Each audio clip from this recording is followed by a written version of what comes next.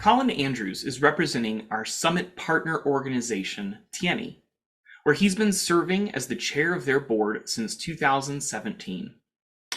I interacted with Colin during a panel in last year's Soil Summit, where I found his perspective absolutely insightful. He has broad experience in agriculture, and he integrates a deep understanding of wildlife, wildflowers, and trees to link beautifully biodiverse landscapes with farming. So I'm excited for his talk this year on deep bed farming. Let's learn together about this effective strategy for water management and landscape revitalization.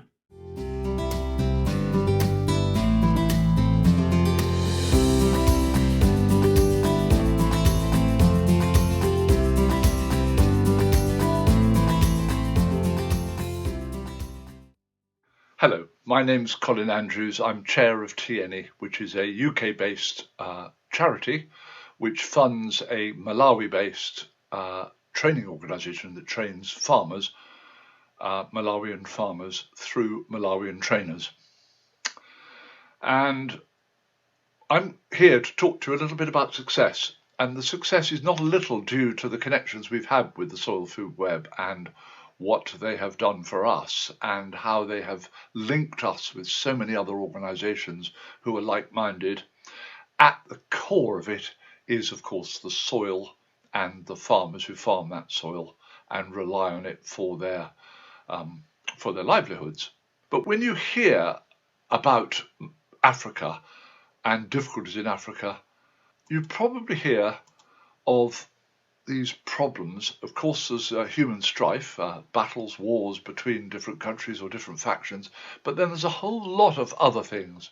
And why does Africa suffer so badly? And is it really necessary?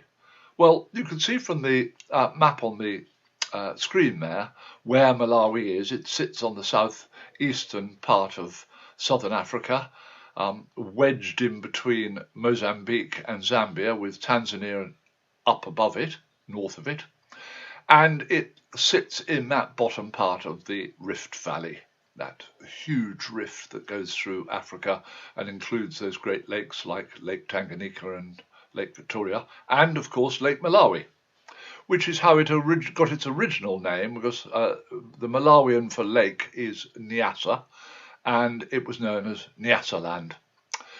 So why do we hear about these problems in Africa and what's causing them? There are so many disasters. You'll see on the screen there, we've got a flood going through the middle of a village. Hasn't happened before, and yet these floods are happening more and more. And we know climate change is happening. We know that, and that will come into it. But there's something else happening, and that is human activities. So those two pictures, you have flood. Because you have flood, that is water running fast, you get erosion, you lose topsoil. And of course, when it slows down, you get the often not talked about siltation. That there on the right is a crop of maize which is completely destroyed by silt following a flood. And then we have deforestation. Well, if you look at that map on the left, you will see, it's not a map, it's an aerial picture. You'll see parts of it have been dug, but this was forest until not very long ago, 20, 30 years ago, this was forest here. Now there are very few trees, so when that sun shines through the periods of the dry season and there's so little cover and there's so much sun that the ground dries out really quickly. And obviously we need moisture to grow. But also in the wet season, when they're planting and things are growing, because of climate change, we get these gaps in the wet season where you have no rain for 2, 3, 4 weeks, just when the plants most need it, when they're most pushing themselves up to create a crop. And on that right-hand side, you will see a picture of a huge crop which won't produce anything. That was in a dry period in 2018. So what's going wrong here? What's happening now that didn't happen in the past? Has it always happened? And can we do anything about it? if we don't do something about it, we have this global index, global hunger index. It was done in 2018. It's about to be done again. But if you look at that graph of 2000, 2005, 2010, 2018, you'll see things mostly have got considerably better. But even so, we've got in Malawi in 2018, 37% of children are stunted due to poor nutrition. 37%.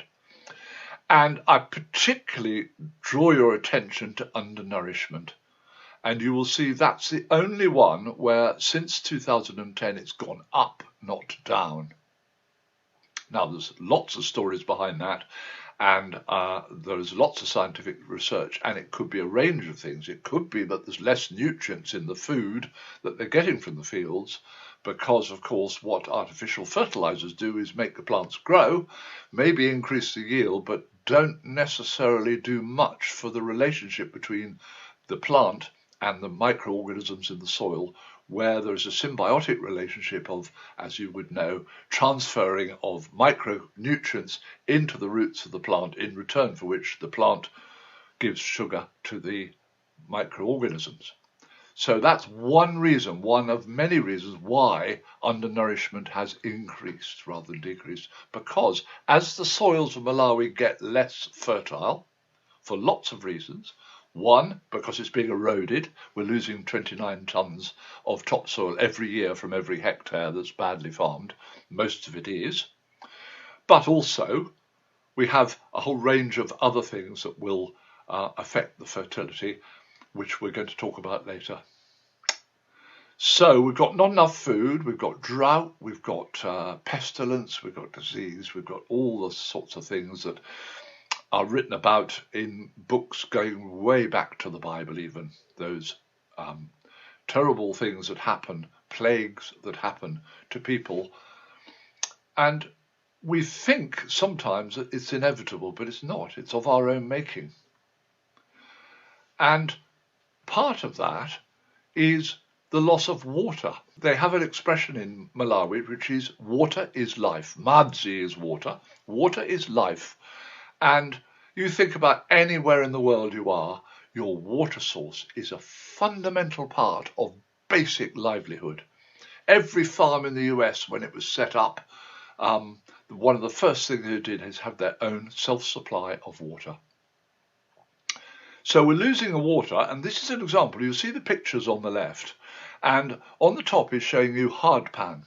Now the hard pan is created by man, by the way we look after the land or fail to look after it. It can be caused by foot traffic in the wet season. You can see that in any footpath you like. If people walk up and down a footpath, guess what? Nothing grows on it. Why does nothing grow on it? Because you've created a hard pan.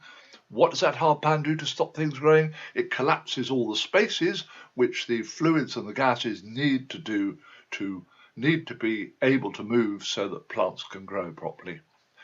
It becomes so hard that roots can't penetrate it, and more importantly, and we're going there now, water can't penetrate it. So if you look at the bottom picture, there's a hard pan underneath that soil on the left. Of course, there is no topsoil in front of you there, and the reason for that is the rain has fallen, it's gone through the soft bit of topsoil, hit the hard pan, can't go through that, there's enough rain, it just slides off, and there you have a desert created in a few minutes. Of course, created in more than a few minutes because that hard pan took time to be formed. Now that hard pan was the extensive occurrence of hard pan in Malawi was discovered, in inverted commas, in 1997 by the FAO. And Francis Jackson and a team of others were sent to Malawi to determine the extent of hard pan. And to their surprise, they found it was throughout Malawi, in pretty much every type of soil. A few omissions there because of sandy soils, for instance, don't tend to compact in quite the same way. Anyway, when Francis Jackson reported that back, he met the founder of Tiyeni, and they discussed how they could break the hard pan, and they used a pickaxe. But I just want to show you the difference between a hard pan, where you're not going to have a very good crop on that land. You can see it's miserable, the little bits of green growth in that thing. And then the next slide, where you see a truly active, successful farm. That is deep bed farming. They're a metre wide, the beds, so they're never trodden on, so they can't recreate the hard pan. And a whole range of different crops, different crop in each bed. Lots of reasons for that. One of them is that you get pests in one bed, but if the beds either side are a different plant, they won't hop across to that, so they'll be contained. But also the smell of one crop will confuse it from another crop so that your pests won't arrive. Plus what you're doing to the soil, you're not monocropping. And monocropping is not very helpful to soil microorganisms. You know, they're expecting a range of things underground in order for them to perform correctly. Then we come to why water is so important. Now, we know water is life, and we know that when you hear the news about floods and erosion and siltation, you know that large amounts of water have been carried over the surface of the soil. And that's where the danger lies, because once it's on the surface and running, it has a latent energy. It can pick up soil and run it down. Worse still, if the water runs downhill, it's going to get dry uphill. So these two pictures here are identifying that the most important people in a catchment are the farmers. A catchment is something which is a river system or a stream system, and the catchment goes up to the watershed. I hate the term watershed because that is shedding water, which is not what we want to do. But the watershed contains the catchment. Within that catchment, when that rain falls, the first responsible people to deal with that rain are the farmers. If they farm destructively, the water will run downhill, they'll lose their topsoil, and they lose the soil moisture that's so necessary for plant growth. So, farmers, the water managers.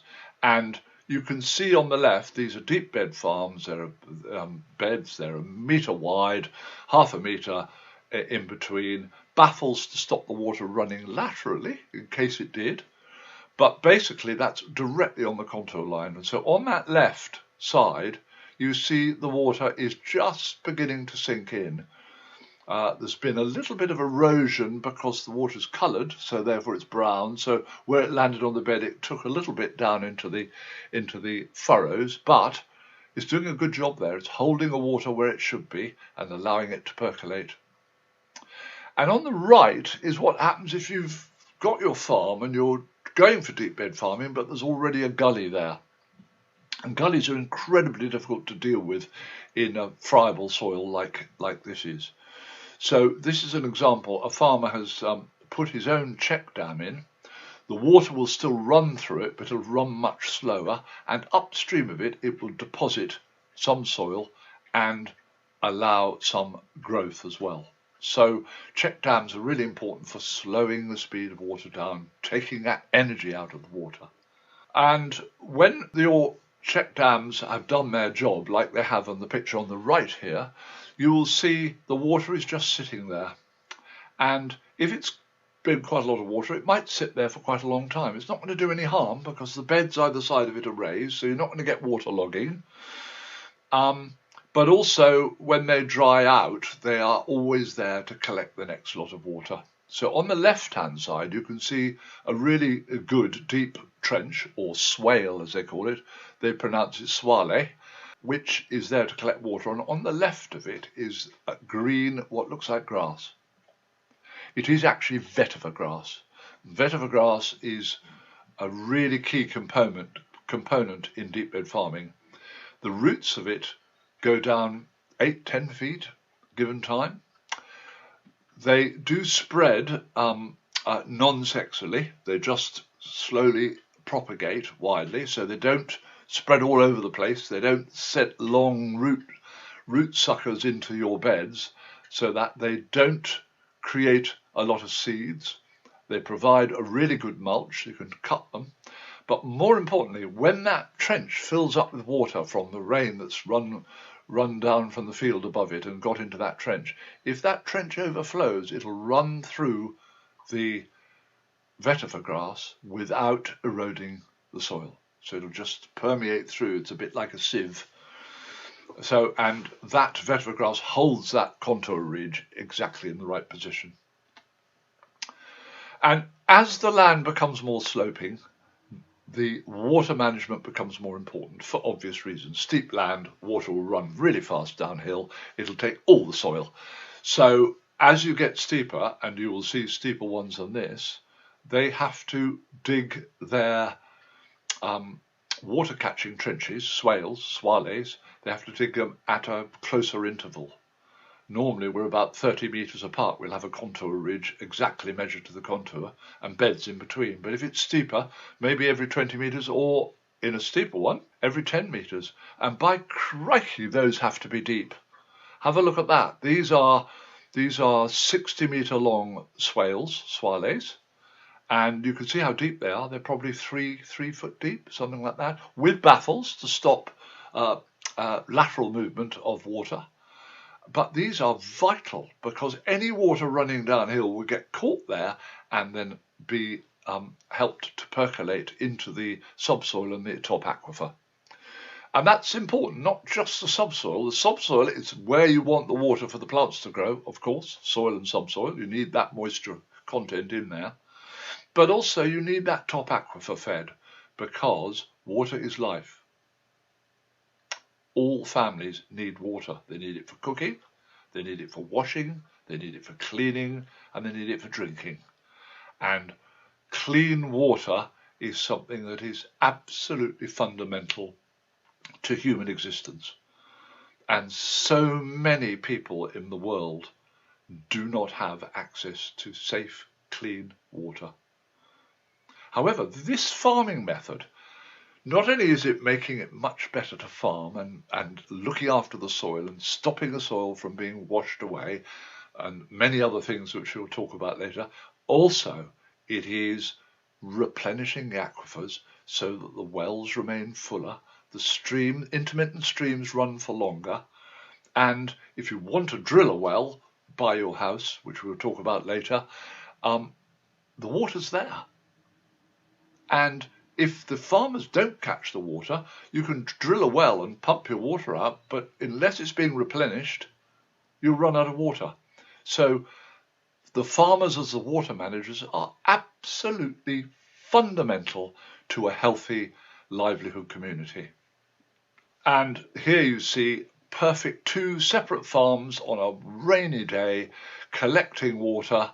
And that water is not waterlogging their plants, but it is permeating through. And it's surprising how quickly, even after, this was after 4 inches of rain in as many hours, not a drop was spilt. It all ended up in the subsoil.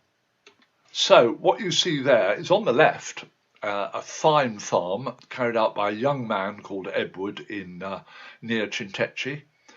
He learnt his deep bed farming online by looking at our website and talking to us by email. He's also a very fine scout leader and was a fine scout when I knew him.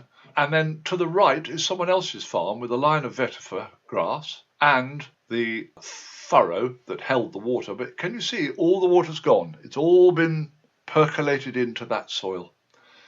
Absolutely fundamental to it. Now, the amazing thing is this simple fundamental fact is not being generally addressed by the farming organisations.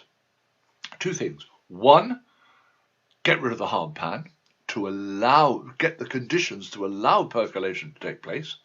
And 2, stop water running downhill.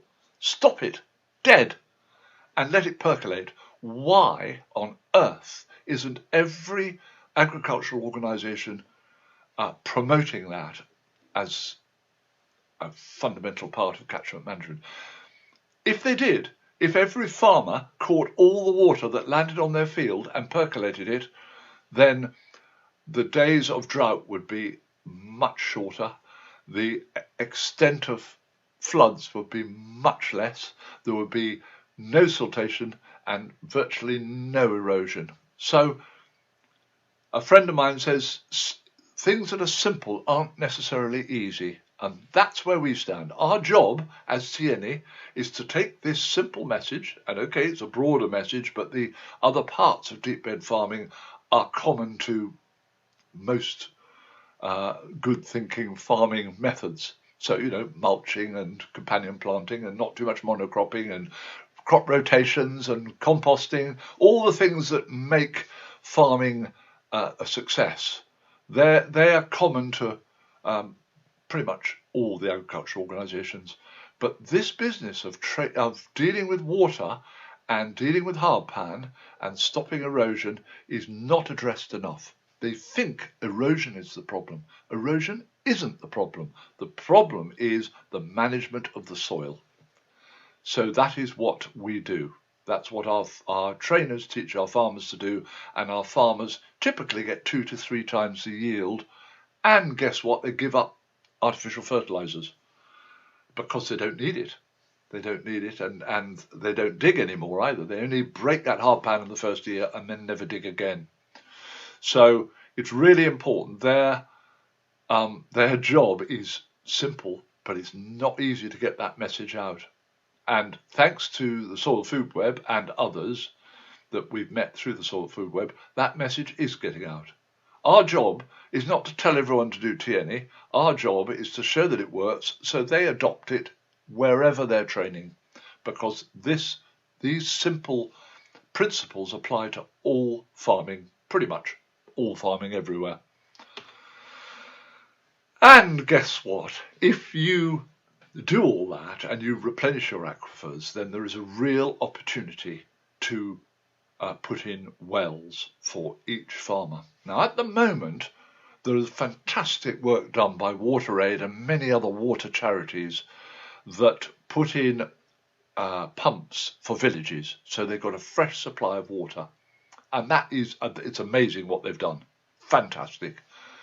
There is a but. To make it financially viable, you need to be finding villages where there are enough people to warrant the huge expenditure that putting in a big village pump is. I say huge compared to what goes on in that country. It might just be £2,500, which might not sound, or $3,000 might not sound a lot. But of course, if you're putting in 200 wells, then you multiply that up and it's expensive.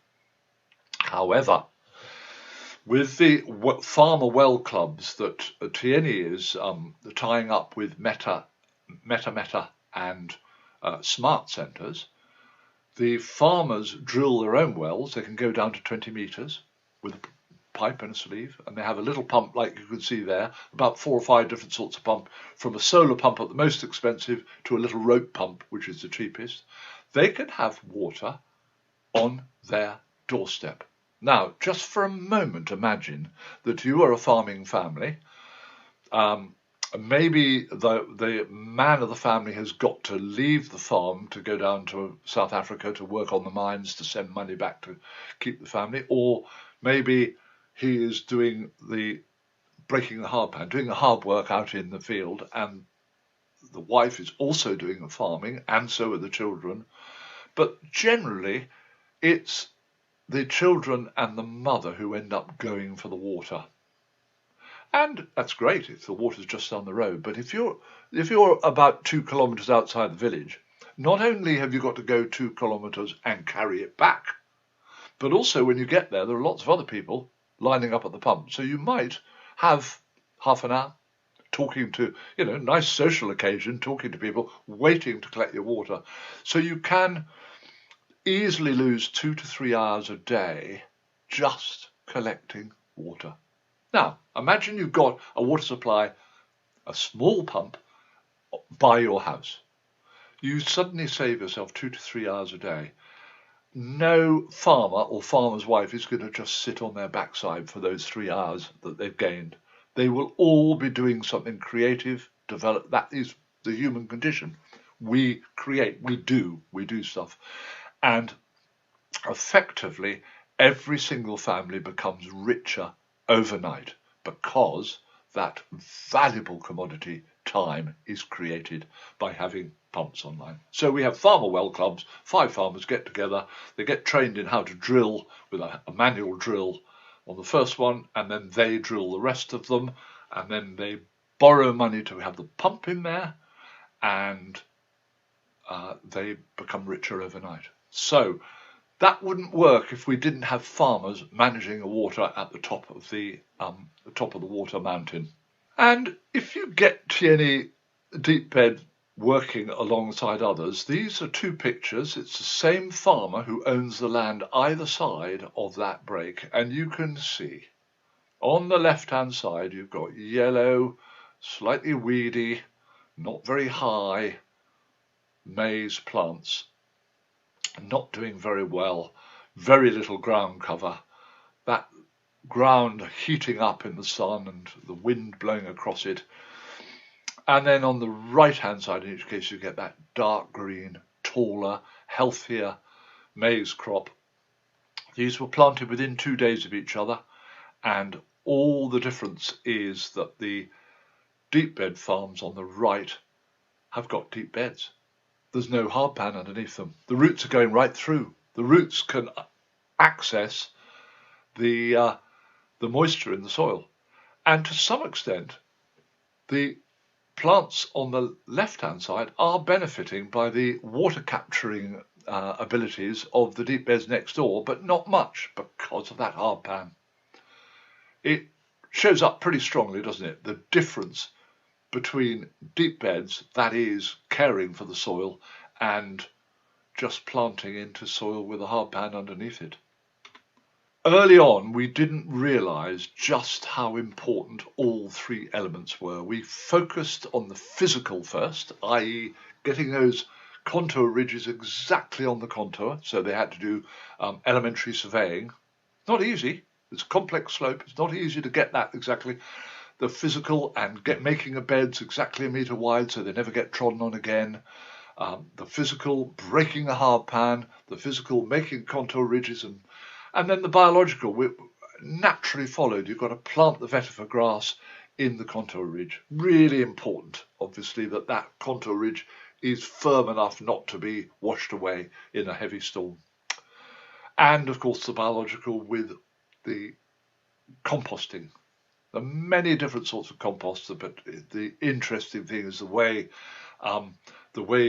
our trainers sort of train in compost making, but actually it's a listening job because different parts of Malawi have different methods of making compost. They've learnt it through the last few generations, or they've learnt it from other organisations. So the biological with composting, and of course green manure cover crops and other cover crops, and complementary planting, and lack of monocropping, and strip planting of different crops alongside each other. All these are really important, and we got that early on, and we got it right.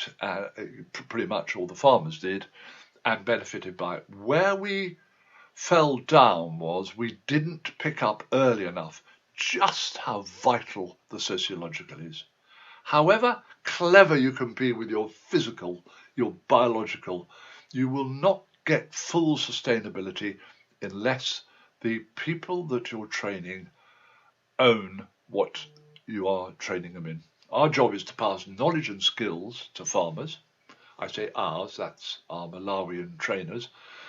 And if they get the wrong sociological model, if they get a top-down, if they get a hectoring approach of lecturer to student, there will not be the sociological connection. And there's a great danger in those cases that the farmers will not own the methodology. And if that happens, 5 years later you'll go back and hardly, a whole lot of people have given it up because they never really took ownership of it.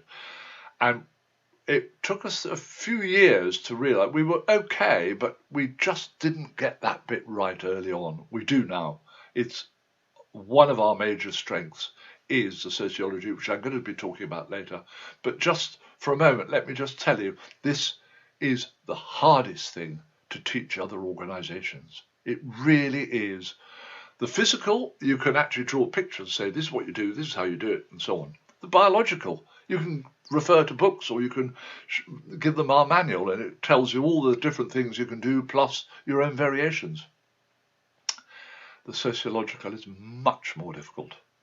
That is something which comes from within us, the whole organisation, all the people that work there and all the trustees. It is that element which says, we are on the same level as you, we are going to help you, but you need to help us. We are not top down, we are going to listen. We want to hear what you feel your problems are. We'll tell you what ours are, and we'll try out things that you suggest, and we'll ask you to try out things we suggest. That sort of meeting of equals has been hugely successful. Our retention rates after we leave an area, because we can't stay in it, we got about 2 million farmers to train in Malawi, so we can't hang around after 2 or 3 years. It takes about 3 years, 1 year to train, 2 years to monitor, 3 years to troubleshoot, and then it's over to them. So this sociological approach results in a very high retention rate. Early on, we were about 50 to 60%, and now we're probably 85 to 90%. There are always reasons why people don't carry on. They might die, I'm afraid, or they might move away, or they might just get so old that they can't do the work of making all that compost. Or in some cases, they say, well, look, we can get enough food from half the land now we're using deep bed, so we're not bothering with the other half. Quite interesting that, but the sociological is so important. So, physical, break the hard pan. Have a look at that red, lumpy earth on the left. That's been gone over with by a pickaxe, all over it. The next job is to break it up, and the next job then is to put the marker ridges, make the metre-wide beds, and put the baffled furrows through, and you're there. The picture on the right is making a contour ridge, and this is where the only really technical part of our training is teaching how to put a trench exactly on a contour line. We use line levels with poles, and it's quite labour intensive. It needs 5 or 6 people to do it minimum. And the nice thing about that is it brings farmers together. They chat while they're doing it, they learn from each other. And no, you need to hold your stick up higher. And that sort of thing, that sort of conversation goes on. And then together, they then dig that contour ridge, a line which all the other beds are going to align to. And the nice thing you can see from that picture is men and women working together. This is something which is quietly sociological, although I call it the physical here.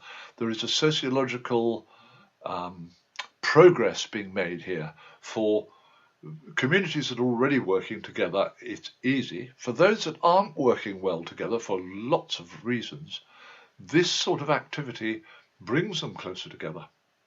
Indeed, that was one of the main changes to the Tiyeni method of deep bed farming that we identified when we got the sociology wrong. And that is that instead of having a central demonstration garden where everyone works and then they take some produce from, which was creating real jealousy and anger in the communities, we introduced actually training on every farmer's field. So you go from farmer to farmer. All the farmers get together on farmer A's field, they do a bit. On B's, they do the next lesson. Everyone gets work done on their farms. They share best practice, but also they see the challenges other farmers have got with their different land. Every piece of land is different, of course. And more, we talked about the physical, but the biological, mulching. Mulching's so important, not just for the biological side of breakdown of cellulose and other materials to help the topsoil have more carbon in it and and being healthier, but also keeping that topsoil cooler, stopping raindrops coming down from 3,000 feet and hitting the soil and causing a surface hard pan. Instead, it hits a leaf and drips off. Lots and lots of reasons why mulching is so critical. And then you'll see on the right-hand picture, there's a few shrubs growing here and there. They look a bit like acacia, don't they? They're actually tephrosia, and tephrosia is really good. It's got nitrifying nodules in the roots, which helps us fix nitrogen in the soil. But also the leaves can be cut and used as a mulch, and they're quite nutritious leaves. And in fact, for one form of tephrosia, you can put the leaves in water for 24 hours and you've got a natural insecticide. You might think insecticides are always wrong. Well, I don't think so. I think a natural insecticide is really interesting because that means that nature's been working for it for 1 billion years or more. So it's not a laboratory made chemical, and therefore nature will have a way of dealing with it. It will have the right machinery, probably microbes, to deal with and neutralize those things, those naturally made chemicals, made by plants. Really important. And then look at that lovely 2 healthy gardens with maize, with pumpkin and puncheon peas planted underneath them. So no ground is exposed to the sky. In nature, it's very rare you see bare earth exposed to the sky. Plants are too cool at doing their stuff unless something's gone wrong, like there's an earthquake or a landslide or too many people walking up and down. But look at this. This is really healthy. The ground will be cooler. There will be less evaporation off that ground, and there's a symbiotic relationship between the roots of these plants. And you might wonder, why on earth would you plant pumpkin? Well, they don't plant it to eat the pumpkins, I can tell you that. They plant it, of course the leaves provide shade, so that's great, and also stops those raindrops. But also, it is a staple diet in Malawi and adjacent countries. The leaves of pumpkin mixed with a few pigeon peas is a very healthy vegetable part of the meal. And then we come to sociology. I've already talked to you a little bit about the amazing effect that having got water in the aquifer, individuals can put their own wells in through farmer well clubs really inexpensively. I mean, at the bottom, probably $180 for your own well and pump, and at the top with a solar pump which just fills a tank all the time, probably $1,200. So that's the range. But if you can't afford the $1,200, which most wouldn't be able to, you jolly well can afford one way or another, because you know that you're going to be richer overnight. You're going to have all that time available. You're going to be healthier because you're going to have more water. You can afford to use more water for washing yourself and clean and hygiene. So that's great. But you also got more water for drinking and cleaning and things like that. So, and also you can have a kitchen garden. When you're going for 2 hours to get your water and bring it back, there's no way you're going to use that water that you've carried on your head in a jug to water plants, because that's a really bad use of your time. But if you've got a water on site, not only will you have more water, you'll clean and you'll use the cleaning water to water your kitchen garden, but also it's a bit dry, so you'll just add a couple of buckets to your kitchen garden. And that broadens nutrition. Remember what I said earlier about malnutrition. This is another benefit. You recharge the aquifer. Your local farmers have put in their own pumps, and now your local farmers have got a little local garden where they'll grow, I don't know, garlic, tomatoes, peppers, chilies, whatever, but broadening the nutrition range for them and their children. So really, really important, this. And water, I cannot overemphasize how important water is, and particularly in Africa. So you might say, well, where is there enough water?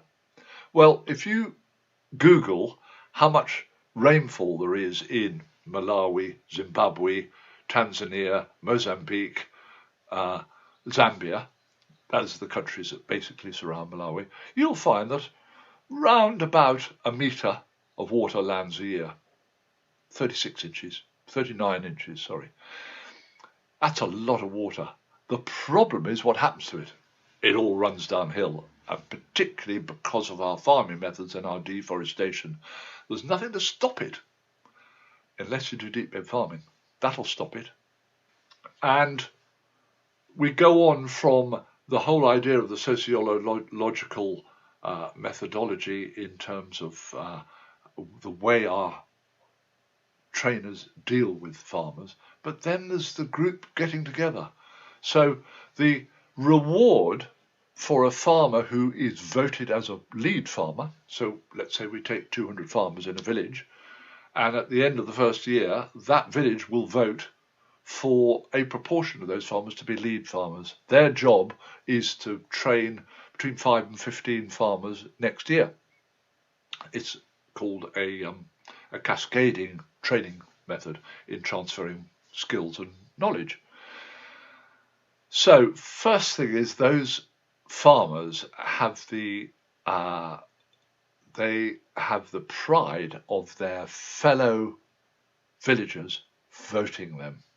And the second thing which we are fascinated at is that the balance in gender terms with that voting system is pretty much, without us doing much or anything really, is about 50-50. So quite good gender balance, which is so important for the future of countries like Malawi, that half the human race isn't treated as a second-class citizen. And all they get from Tiyeni, and our donors are very happy to give us a small amount of money for that, is those green T-shirts on the left-hand side. They are so proud because on those green T-shirts it says lead farmer. And it's a sort of medal of honour. I feel quite humble that just for a T-shirt and for that vote, they are going to give up time for 2 to 3 years to train 5 to 15 farmers. But it really works. And the Farmer Well Club is another example. 5 farmers get together and they get that. And then guess what? Their neighbours say, well, we want one. And the farmer says, well, let's form another farmer club. And I know how to drill. So we'll hire the drill, which is a manual drill, and 3 or 4 farmers. It's hard work, but they get together. They've got some time and they'll drill these wells. And so it spreads. And then you might say, well, what about if there's so many wells, they pump all the water out of the ground? Well, these wells and pumps are small usage. It'd be difficult to get more than, 150 litres a day out of them. And if you think of 39 inches of rain falling on the whole of the countryside, there is plenty of water around if it's treated correctly. And then this whole business of collaboration, I showed you it on the Marker Ridge construction, but also they're breaking a hard pan on the left-hand side. Now, when our farmers, our first approach, we have what we call a sensitization meeting. We get the request. We only train farmers at request. We only train communities that request training. They come to us and we say, right, let's get together. And early on in the training, we come out with a pile of pickaxes and a pile of hoes. A hoe is sort of broad-bladed, like we would call it a mattock, but it's the universal method of farming in Africa and elsewhere. So there we'll have a pile of pickaxes and a pile of hoes, and we say, right, well, this is what we're going to do. We're going to break some hard pan. All the women go towards the hoes, and all the men go towards the pickaxes. And the trainer then says, excuse me, why have you chaps gone for the pickaxes, and why have you gone for the hoes?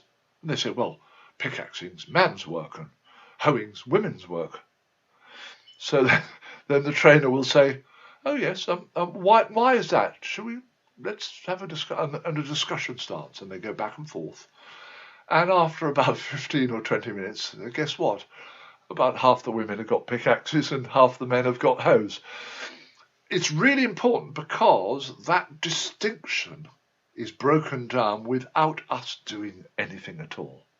That discussion, that thinking, and then the activity afterwards where they look round and they think, oh, well, that bloke, he's done hoeing as well as I can. And some farmer turns around and says, my goodness, my wife can use a pickaxe well.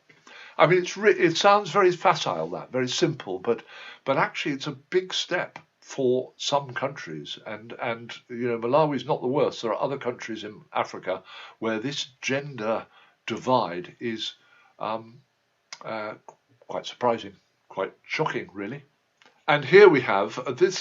This is a group of female farmers up in Karonga, or near Karonga, which is right in the north of the country. And they heard about deep bed farming.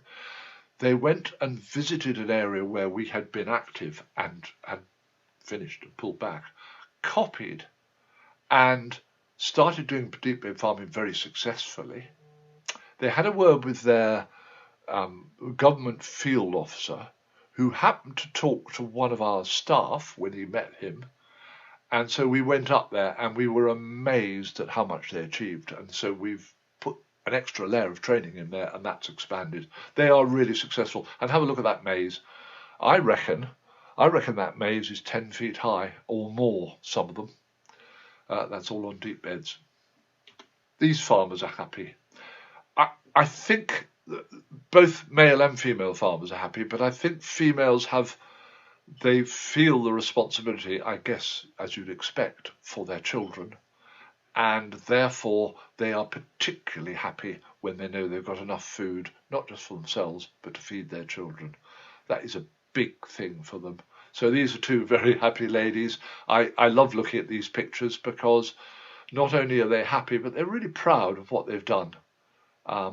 When crops around are failing because people are not farming in a sustainable way, this is really sustainable. So we learn together. We never go into a village and say, hey, have you heard of deep bed farming? We'll show you how to do it. That would not work. That would be top down. That would not be inviting them. We only respond to requests. They request, we come, we try and get funding. If we can, and if we get funding for a request, then we will train that community. And there's no question of doubt, when you look at the communities where we've been involved for 2 to 3 years, that the social cohesion is better. Indeed, one of the things we look at when we're coming into a village and starting to train is to talk to the elders about the fringe people, the people who wouldn't step forward, the people who are on the fringes of that little society. No different from all our societies, it's just in a smaller way. So we actually, our trainers are particularly keen to involve the peripheral, the people on the margins, because they're the ones that benefit. And let me tell you how they benefit more than the richer ones. The richer ones can afford artificial fertilizer, which is really expensive. So rather than going to the trouble of making really good compost, they'll make some compost and then they'll just buy fertilizer, and they'll get quite good growth. They might not get the same nutrient density in their crops, but they do get good crops. The poorer ones don't have that luxury, so they ain't going to be buying artificial fertilizers, particularly now as it's so expensive. But what they have got is time. They might not have money, but they've got time, so they can make compost. And guess what? Their crops do as well or better than the ones that are artificially fertilized. And underlying it all, our belief is, I have to say we have to do much more research to prove this, our belief is that the density of nutrients in those plants which haven't been fed with a laboratory-made chemical is going to be greater. So, but what it is much, much cheaper. Obviously, you have to put a cost for labour in, but our research has shown that the deep bed farming method is 6 times more profitable after the first year, and after 5 years, 12.5 times more profitable. And that's factoring in the labour for tillage, because the traditional method is tilling, and our method is break the hard pan and never till again. You might have to do a little bit of bed maintenance. You saw where that the little bit of soil was run off the bed and into the dark coloured muddy furrows. So occasionally you have to just pull the furrows up a bit onto the top of the beds. But otherwise, after the first year, digging labour is minimal or nothing. Whereas traditional method, they're shifting 650 tonnes a hectare every year by taking the ridge, cutting it in half, one half that way, one half that way to join the other halves of the next ridge. And you can imagine if you're moving soil like that, you're not doing what you should be doing underneath that fluffy bit on top. That gets harder and harder as that hoe goes in every year, year after year. That hard pan gets worse and worse. And then one day you get a heavy rain and you lose all the topsoil as well. And then you abandon land. And I'm delighted to say that the large areas of abandoned land near Lilongwe, the capital, we were approached because they'd heard that we can, the deep bed method can rehabilitate land. And that's exactly what we've done. They are farmers saying we never thought we'd ever see a crop growing on this land again, and now they've got healthy crops. So that's a pretty impressive example, which is why we are flooded with requests for training. Absolutely flooded with them. Our only thing that stops us doing it is we haven't got the funding to do it. We would like to take on several more staff and train lots more communities. What we have done now is we've got the government have got clearance on our methodology, and they are asking us to train all the government agricultural officers, and that is what we're in the process of doing. So that's another way of disseminating information about deep bed farming. And then, thanks to Soil Food Web again, we've got these connections with organisations who are really interested in what we're doing, who are like-minded in terms of the sociological approach, where we are spreading the word really well and collaborating with other organisations. So one of those organisations is SIWI, the Stockholm International Water Institute, and we have a pilot study for using our farmers' water management techniques, i.e. deep bed farming, for a pilot on the Zambezi Basin, which is 20 million farmers. So there are going to be 4 pilot studies. We're involved in 2 of those.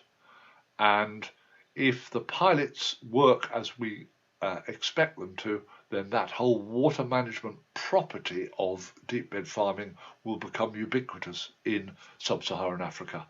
That's the plan. That's the aim. And other organisations will just grab the technology and use it. And that's great, because wouldn't it be wonderful if we had less floods, less droughts, more resilience to climate change, and locking up huge amounts of carbon in the soil, which is where it should be. I just thought I would leave you with the SDGs. These are Sustainable Development Goals of the United Nations. And we've looked at what deep bed farming addresses, and you can see it in front of you.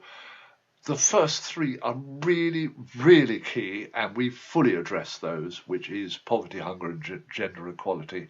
It's so much a fundamental of what Tiyeni teaches and what Tiyeni believes in, and we trustees in UK are totally focused on. But our amazing staff in Malawi, we have to do so little because they know what to do, and they have this reforming zeal, knowing that if we get this right for the whole of Malawi, it's not just people's livelihoods, the whole economy will change. They'll become a net exporter of food. Hunger won't be an issue. They can actually spend their time on, and with their surpluses they sell, educate their children, set up small businesses. The whole thing becomes more robust.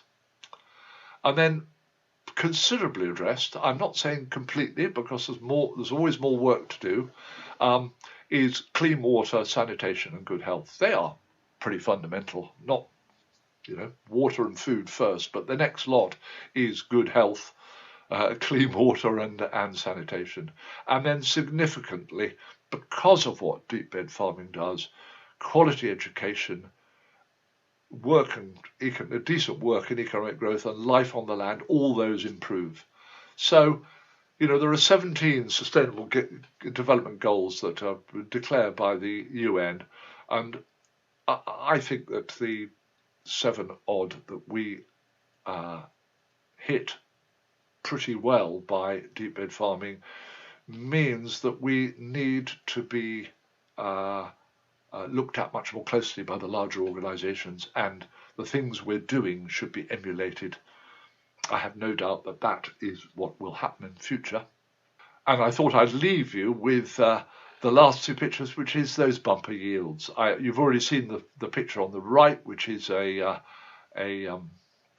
very healthy mixed strip planting crop of different crops. Nice variation, 4 different crops there that you can see, and there's a 5th one hiding between the kale and the maize. And then on the left, just a pile of maize cobs. They're really healthy maize cobs as well. So that's us, but have no doubt that we are where we are now, not a little bit because of the exposure that Soil Food Web have given us, because, well, we believe in them, obviously, because we believe in the soil and we believe in the interaction between soil and plants. But they obviously believe in us, and that belief has cut across all countries, all over the world, and in all many, many sectors, not just the agricultural sector. So it's a big thank you to them. And if you have any time or energy and you would like to look at our website, you will be able to contact us through that if you want to. And I'll just leave you with our website details and how you could either donate or you could make contact with us. So thank you very much. Just $70 is enough to train a farmer for life. Tiyeni farmers ultimately enjoy reduced farming expenses and a cash income for essentials like school fees. For more videos like this, subscribe to our YouTube channel.